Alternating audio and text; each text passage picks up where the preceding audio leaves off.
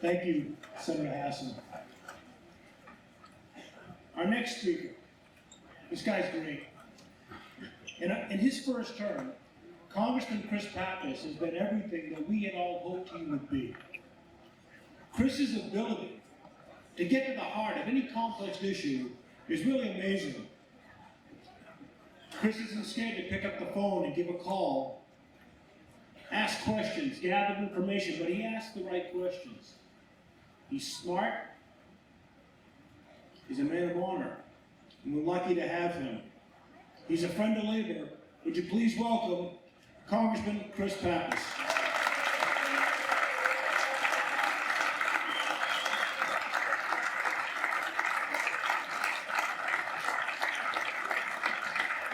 Thank you so much, everyone. Thank you so much. Have a seat. Happy Labor Day, everybody. It is great to be here with you today. President Brackett, thank you for that really wonderful introduction. I appreciate your service to the AFL-CIO and working people across this state. You know, I've joined you many times at this breakfast. This is the first time I stand here as your congressman, and I couldn't be more honored to have that honor to stand with you each and every day. So members of New Hampshire's labor community, thank you for gathering, for putting on this event each and every year, and for all the work that you do throughout the year. Thank you to the great members of New Hampshire's federal delegation. You know, I'm honored to get to serve with Senators Hassan and Shaheen, and I think it's very clear we need more Maggie Hassans and Jean Shaheens and fewer Mitch McConnells in the U.S. Senate. Thank you, Senators. Mayor Craig, wonderful to join you in the great Queen City. Senator Susie, thank you for your leadership in the state Senate. To my fellow former executive councilors, I guess I'd call them, wonderful to be here with you. To all those who serve our community and our state, thank you for the hard work that you do. Look, for millions of Americans, today is not just a day to squeeze in another cookout, it's also a day on the job. And so how about a round of applause to those who served us here today and those who are working across our state today. So whether it's the folks serving us breakfast, the teacher in Rochester who's planning her lesson for tomorrow, the firefighter in Manchester who's responding to the call, or anyone else who's on the job doing the hard work that needs to be done, thank you, because on this Labor Day, there are many of us who are still laboring. Look, from the early 1900s through today, the fate and fortunes of all American workers have been tied to the strength of the labor movement in this country.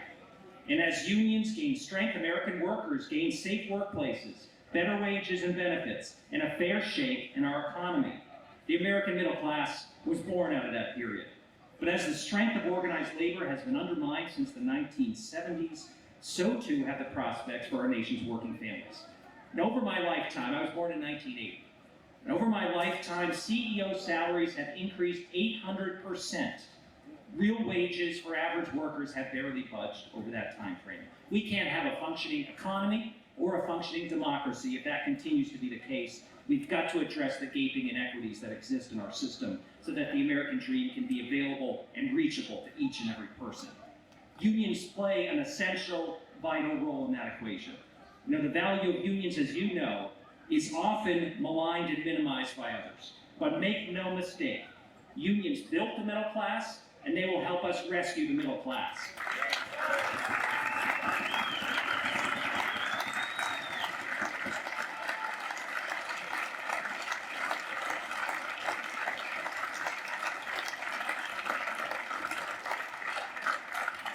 We all want to live in a country where your journey, your struggle, your hard work can take you where you want to go.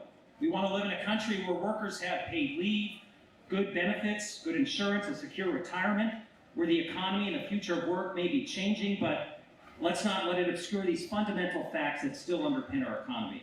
Because our economy, our communities, our families are strong when workers are strong. And our workers are strong when they are organized.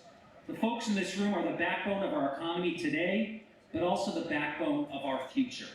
And we all know the stakes couldn't be higher, given the fact that corporations, special interests, and the super rich have outsized influence in Washington, D.C., and control too many of the levers of political power. I'm hopeful the results of the 2018 elections show us a path forward, because it shows us that we can win when we stand together, and that we can build a coalition that we need to implement a forward-thinking, pro-worker agenda. I'm proud to be a part of a new House majority. You saw one of my colleagues standing up for the Postal Service. I'll tell my friend Katie Hill, she'll be really impressed that she was part of our breakfast here today in New Hampshire. But our House majority is making a difference already. We passed a number of key priorities that are essential for working families. In the House, we passed the Raise the Wage Act, because it's long past the time to increase the federal minimum wage and tie it to inflation. And as Senator Hassan mentioned, we passed the Bush-Lewis Act in the House because we've got to shore up multi-employer pensions for more than 1 million workers, because we've got to protect these workers and retirees who depend on those pensions. We passed the repeal of the Cadillac tax on benefits workers have earned, and we're fighting in court to save the Affordable Care Act because health care should be a fundamental right and not a privilege. We passed a bill that insists on equal pay for women in the workplace, because too many women still receive a fraction of what their male counterparts do. In the House, we passed the Equality Act because millions of LGBTQ Americans can still be fired today just because of who we are, and that's not right. We passed the DREAM Act. We also passed the DREAM Act in the House, and we're working on stopping the dangerous immigration policies pushed by this administration, because we thrive when we welcome more people into the heart and soul of America who want to work hard and be a part of the future. And I will continue to work with our delegation, with my colleagues in the House, to ensure that we support union apprenticeship programs, which are the best apprenticeship programs around, against efforts by industry to gut them. Of course, throughout all this action that we've seen little action in the Senate on these crucial measures, and not because our colleagues, Senator Hassan and Shaheen, aren't working hard enough. Mitch McConnell calls himself the Grim Reaper of the United States Senate because he's proud of the fact that he's killing important ideas like this. He thinks politics is all a game, that it's all about preserving the power of a special interest, regardless of what it means for American families. Well, that may play well in Moscow, but it doesn't play well here in Manchester or anywhere across the state of New Hampshire. And look, if he can't hear us now, he's going to hear us in the fall of 2020. So, when I return to Washington next week with our colleagues, there's much to address, some of which I believe we can achieve with bipartisan support. I'm a member of the House Transportation and Infrastructure Committee. I'm going to continue to push hard for a package that's going to address our infrastructure needs, including providing more funding, creating jobs in our state, moving our communities forward. We must modernize our infrastructure, which is crumbling. It gets failing grades. We have trillions of dollars worth of backlogs. So let's invest in our roads and bridges and broadband and water systems and ports and airports and the way that we can create and set up this country for economic success. I also believe we can garner bipartisan support for efforts to rein in the skyrocketing cost of prescription drugs, to address medical billing, surprise medical billing, and to protect individuals with pre-existing conditions. And as someone who chairs the Oversight and Investigation Subcommittee for the House Veterans Affairs Committee, I'm committed to ensuring that we expand benefits, that we provide the best care we can for our veterans who put everything on the line for us. So